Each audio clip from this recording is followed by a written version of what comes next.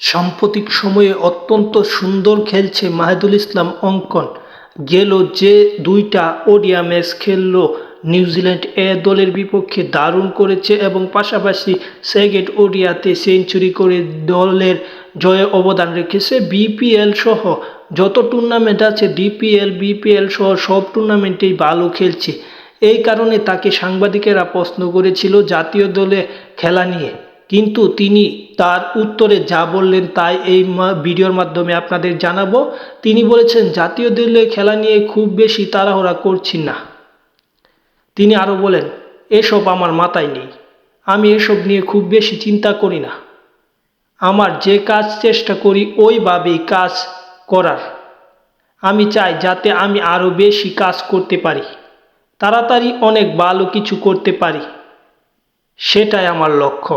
আপাতত জাতীয় দলের নিয়ে আমি তেমন কিছু ভাবছি না। এটাই মূলত সংবাদ সম্মেলনে বলেছেন অঙ্কন।